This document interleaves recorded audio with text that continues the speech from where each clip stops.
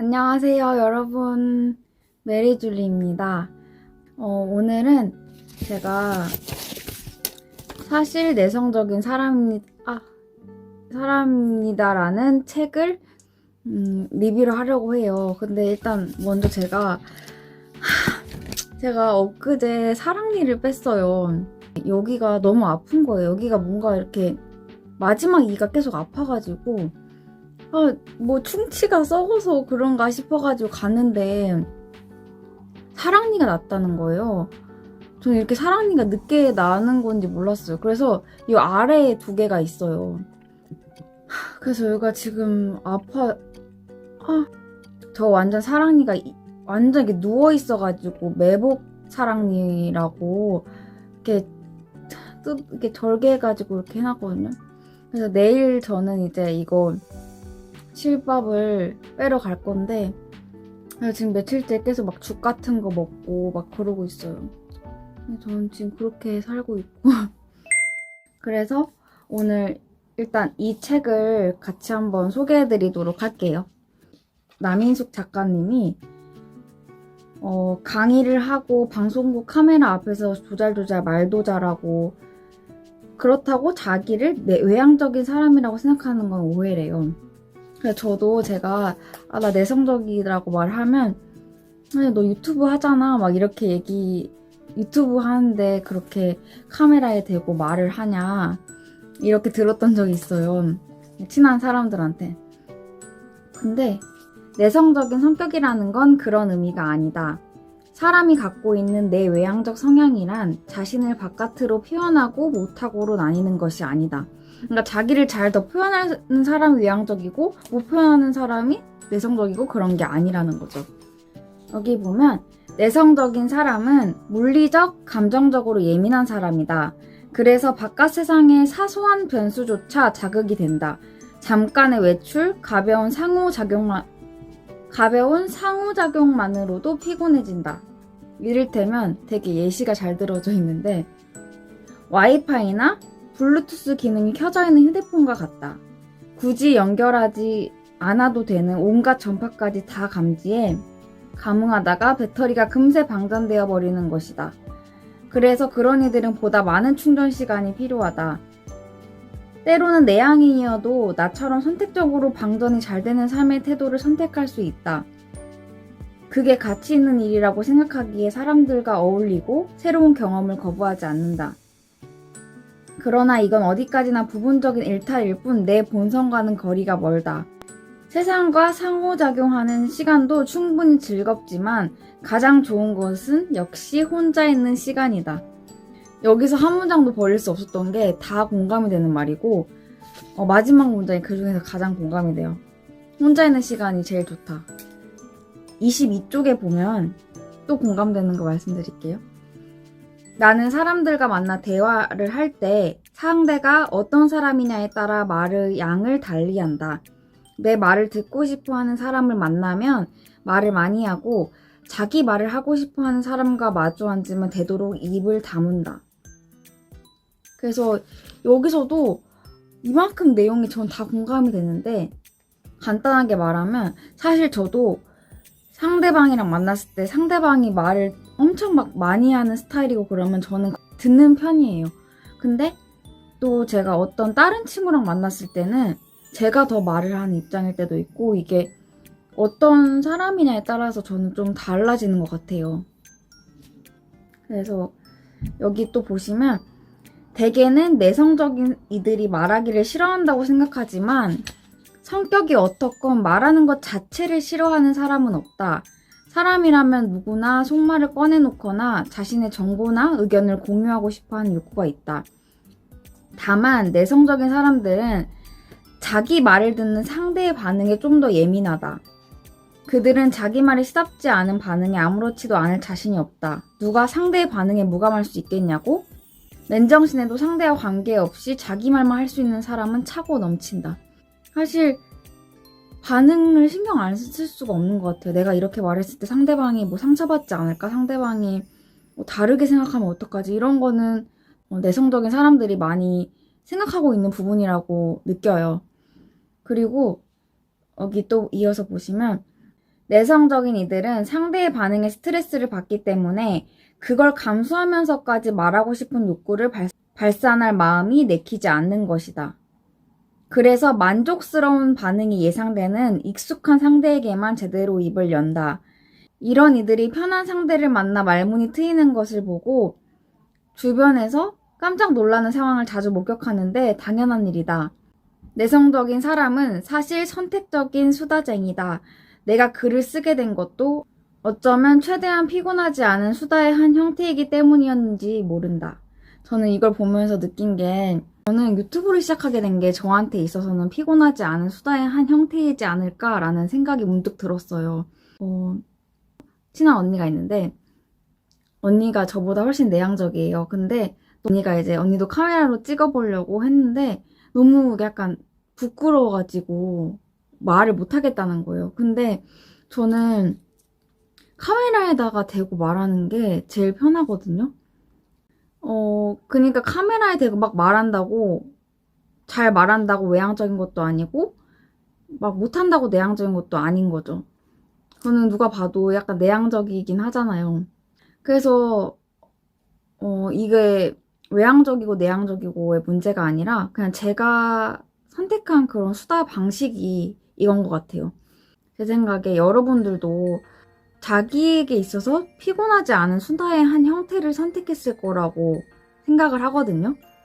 예를 들어서 뭐 일기 쓰기 같은 것도 될 것 같고 글쓰기라든지 예전에 일기를 많이 썼었는데 그때 이렇게 정리하면서 되는 게 생각도 정리하고 피드백도 하고 좋더라고요. 그래서 여기 또 공감되는 부분이 나오는데 때로는 반응에 안심이 되어 엄청난 양의 말을 늘어놓다가 어느 순간 상대에게서 조금이라도 부정적인 신호를 감지하면 정신을 차리고 후회하곤 한다. 왜 내가 그런 쓸데없는 말까지 했지? 너무 내 이야기만 했나? 나를 얼마나 이상한 사람으로 봤을까? 그 감정은 한동안 지하철을 멍하니 타고 있을 때 침대에서 잠들기 전에 수시로 고개를 쳐들어 스스로를 괴롭힌다. 어떤 때는 후유증이 며칠씩 가기도 한다. 이러니 무슨 말을 해도 괜찮은 사람들 앞이 아니면 말을 아끼게 되는 것이다. 끊임없이 상대의 반응을 살피며 말하느라 지치고 혼자 있을 때까지 잔상에 시달리게 하는 불편한 수다는 내성적인 이들에게 손해다. 그러니 사람 만나는 일을 자연 피하게 된다. 나는 불편한 일에 억지로 끌려다니지 않고 피하는 것도 성숙한 태도라고 생각한다. 제가 막 남을 신경 쓰지 말라 이렇게 하지만 그것도 제가 노력을 하는 거고 저는 남이 어떻게 나를 평가할까 이런 측면에서 남을 신경 쓴다기보다는 내가 말했을 때 상대방이 뭐 다르게 생각할까 되게 피해를 주지 않을까 혹시 상처받지 않을까 이런 것 때문에 더 말을 아끼고 조심하게 되는 것 같아요. 그래서 진짜 편한 사이 아니면 말을 막 이렇게 수다스럽게 잘 안 했던 것 같거든요.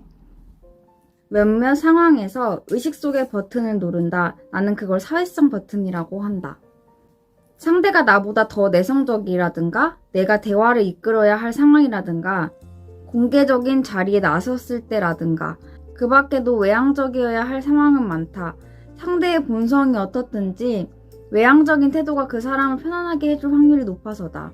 사람들과 어울리면 외향성은 본성의 표현이 아니라 상대를 향한 예의와 배려가 된다. 일단 버튼이 눌러지면 나는 다른 사람이 된다. 달리 긴장감을 느끼지도 않고 억지로 웃지도 않고 대화도 자연스럽게 끊이지 않고 이어간다. 바깥 세상에서 외향성 온 상태로 있다가 집에 돌아와 버튼을 해제한 나는 녹초가 되고 만다. 그날이 좋은 사람들과 함께한 좋은 시간이었다고 해도 그렇다. 아니 즐거울수록 더한 것도 같다. 무선 청소기의 2배 출력 버튼을 누르고 있는 상태였다고 느끼기도 한다. 기세 좋게 모터를 돌려대지만 2배로 빨리 방전되고 만다. 이런 날에는 거의 가족과 대화도 하지 않고 죽은 듯이 집에서 누워 쉰다. 저는 저보다 더 내향적인 사람이 있으면 제가 더 외향적으로 하게 돼요. 이게 친구 관계뿐만 아니라 연애 그런 거 할 때도 저는 내향적인 사람이랑 안 맞다고 느꼈던 게 뭔가 편해야 되는데 제가 계속 막 말을 해야 되는 거예요. 그게 은근히 좀 스트레스더라고요.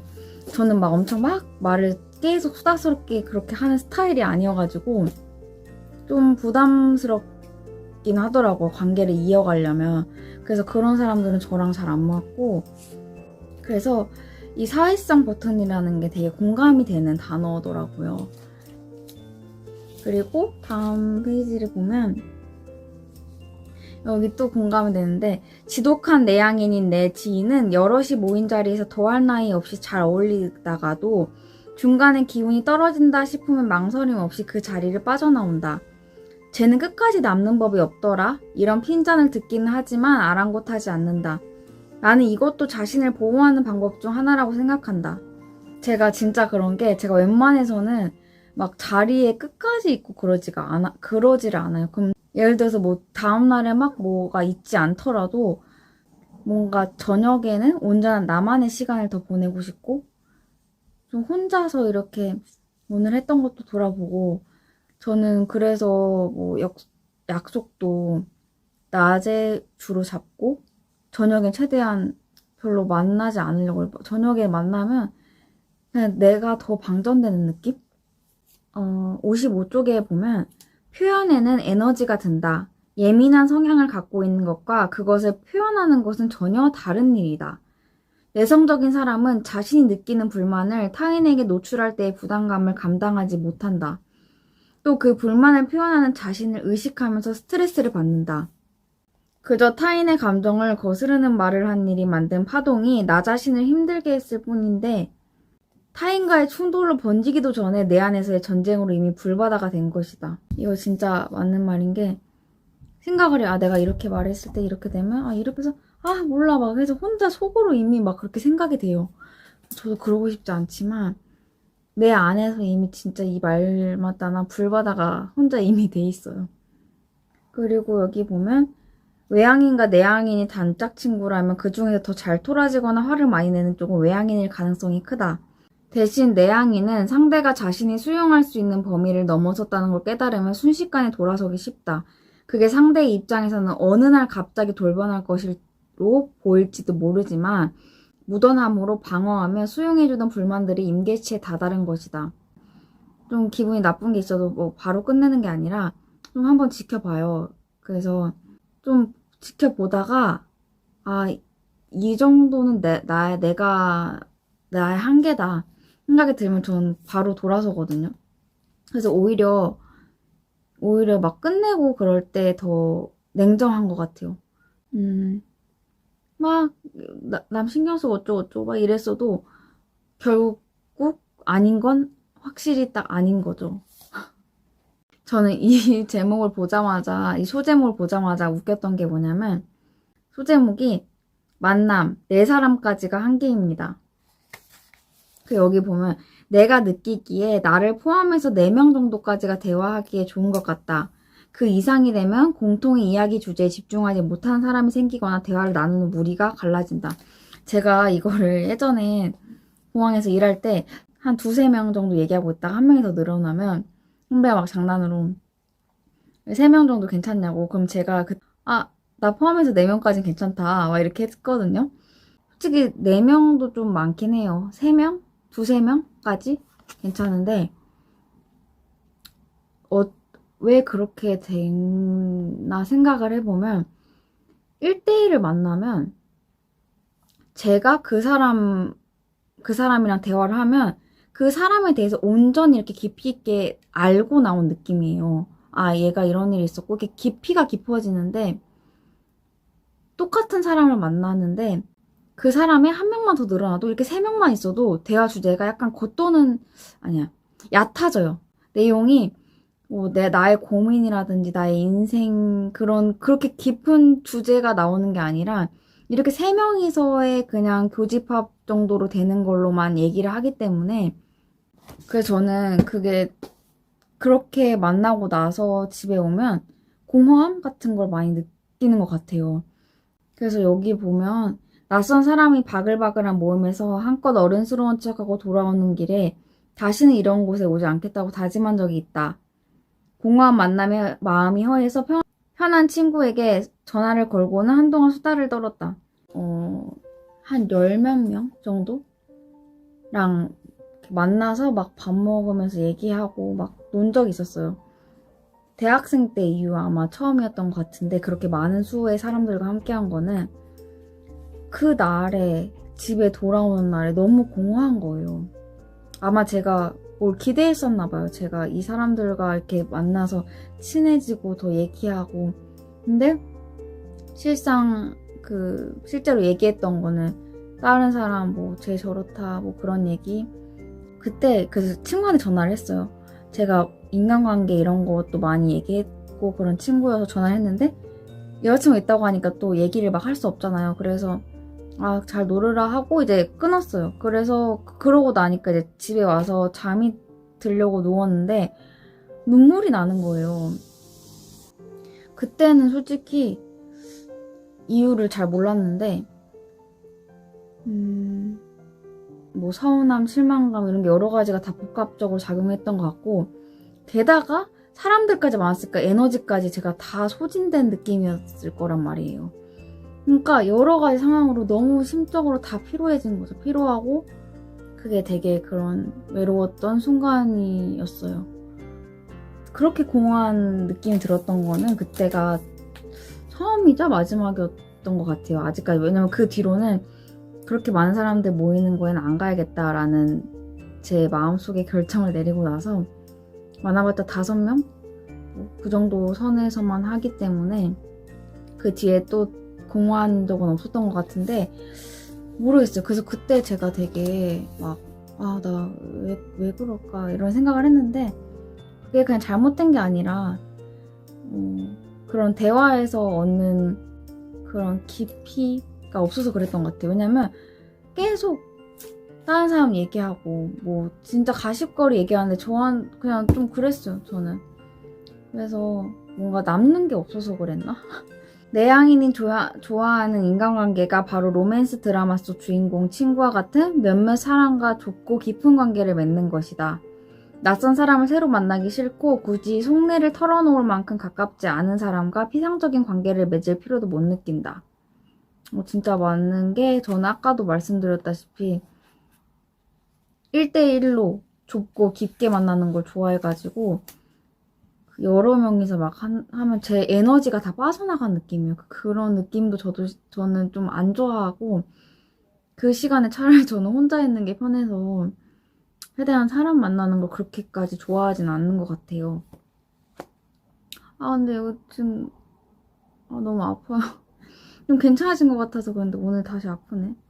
근데 제가 지금 평소보다 더 차분하고 얼굴이 이렇게 이것도 어색한 게 입을 많이 벌릴 수가 없어요.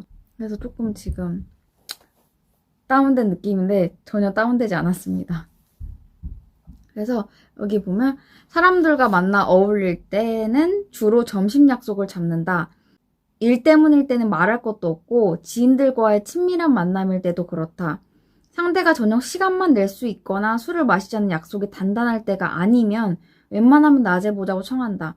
저녁에 누군가를 만나는 일이 적지 않게 부담이 되기 때문이다. 단순히 피곤해서가 아니다. 바로 사람이라는 자극이 휴식의 영역인 밤 시간을 침범해서다. 이거 되게 잘 표현한 것 같아요. 그래서 낮에 만나고 헤어져 혼자 가라앉는 시간이 필요하다. 이게 뭐 정적인 만남을 했어도 저는 밤에는 혼자 그렇게 시간이 있는 게 좋더라고요.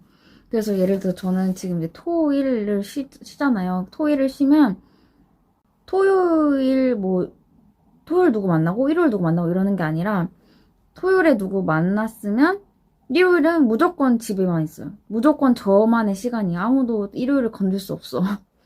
진짜 만약에 그 사람이 일요일밖에 안 된다 그러면 토요일을 내 시간으로 만들더라도 일요일엔 오전까지만 일요일에 밤 그렇게 늦지 않게. 그래서 저는 저만의 시간을 확보하는 게 저한테 굉장히 중요한 거라서 그 저녁 시간이 침범당하는 거를 별로 좋아하지 않아요.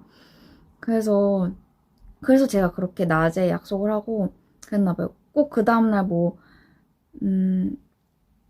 무슨 일이 있거나 출근 일찍 해야 된다거나 이런 게 아니더라도 차라리 혼자 집에서 뒹굴거리다가 새벽에 잘지언정 저녁 시간은 무조건 저의 휴식 시간으로 확보해야 된다는 그런 게 있는 것 같아요. 그래서 이것도 마찬가지로 너무 공감됐고, 115쪽에 보면 피치 못할 사정으로 약속이 취소되면 그건 또 그것대로 좋다. 기대하지 않았던 편안한 저녁 시간을 보낼 수 있다는 안도감에 2배는 더 안온한 시간을 보내는 것이다. 내향인이 아니라면 이해할 수 없을 모순이다. 내 안의 모순을 이해하지 못해 이 생리적인 피로감을 억누르거나 방치한 시절이 있었다.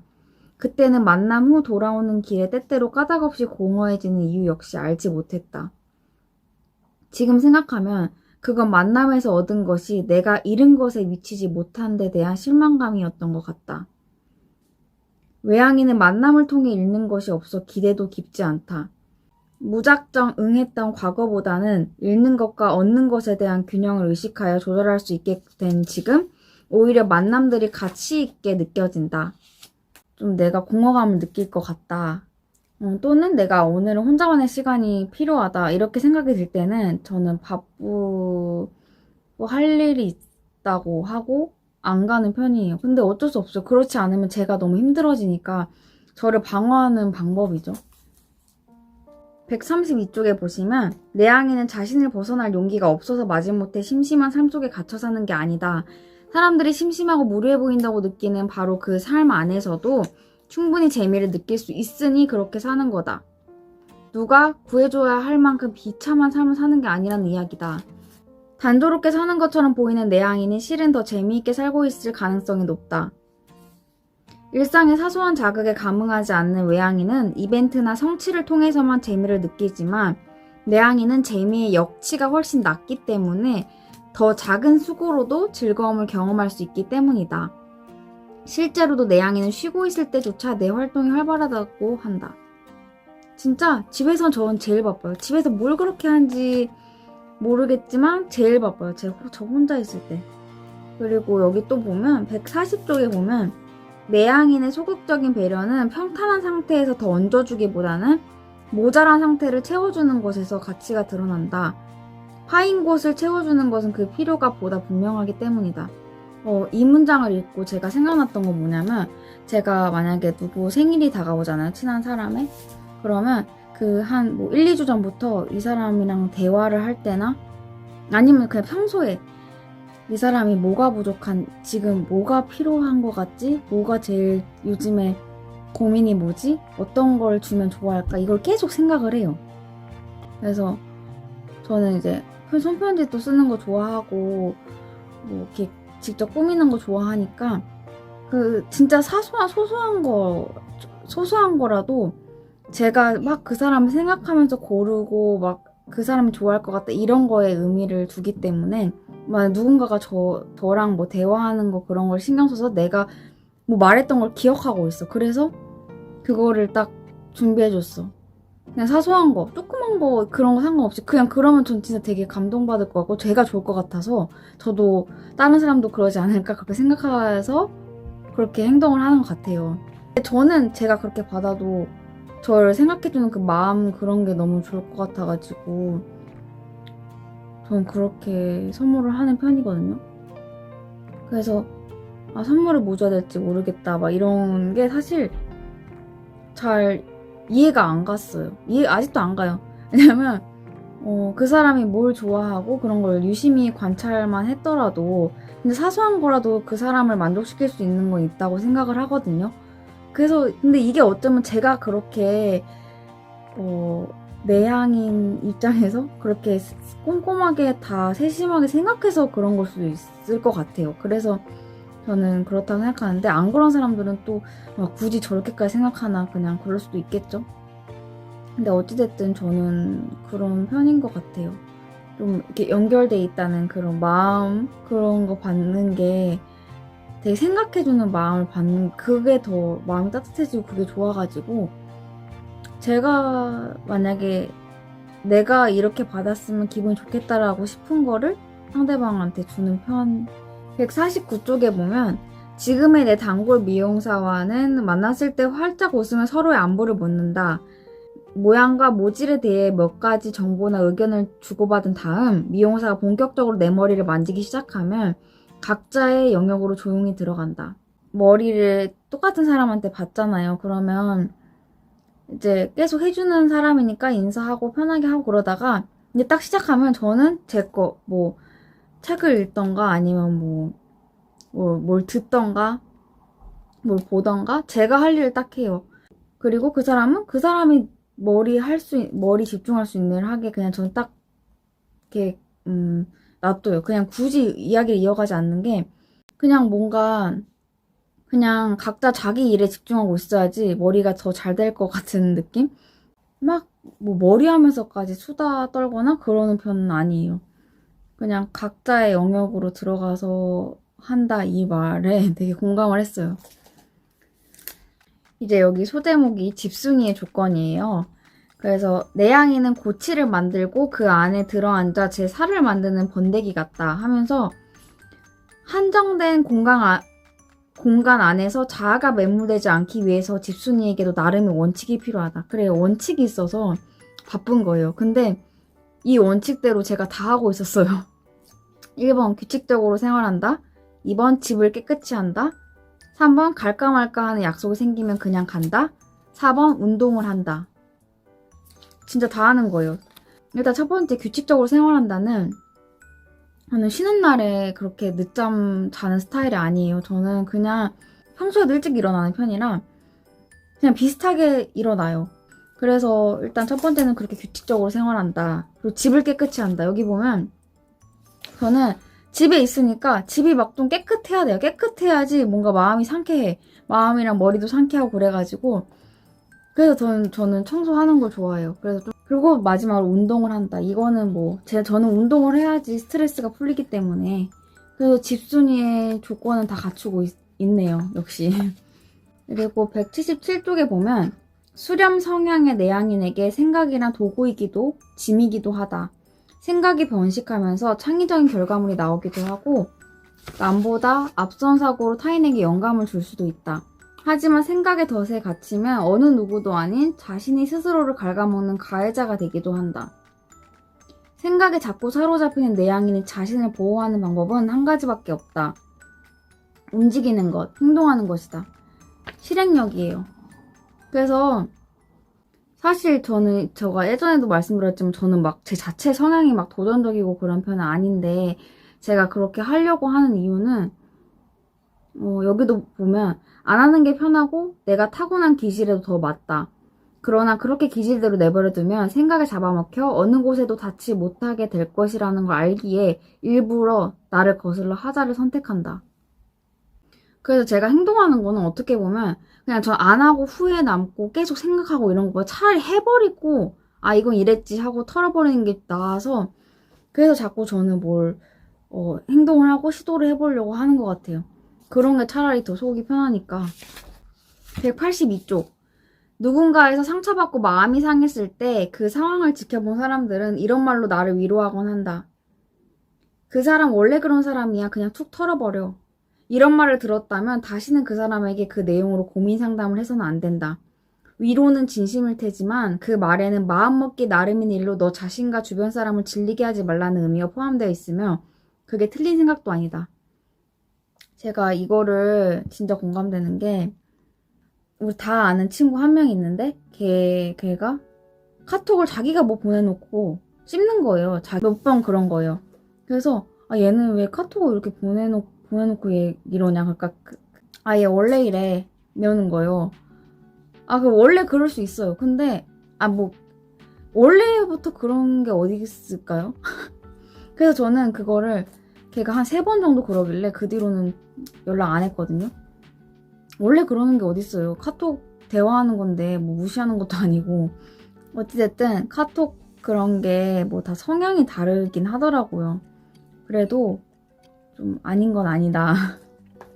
그리고 여기 보면 그런 말들을 들을 때마다 실은 내가 더 진심으로 바라게 된다. 툭 털어버릴 수 있기를, 잊을 수 있기를. 내향인은 행동이나 감정 처리 방식이 발산보다는 수렴의 형태를 띠기 때문에 이런 감정을 털어버리기가 좀 어렵다.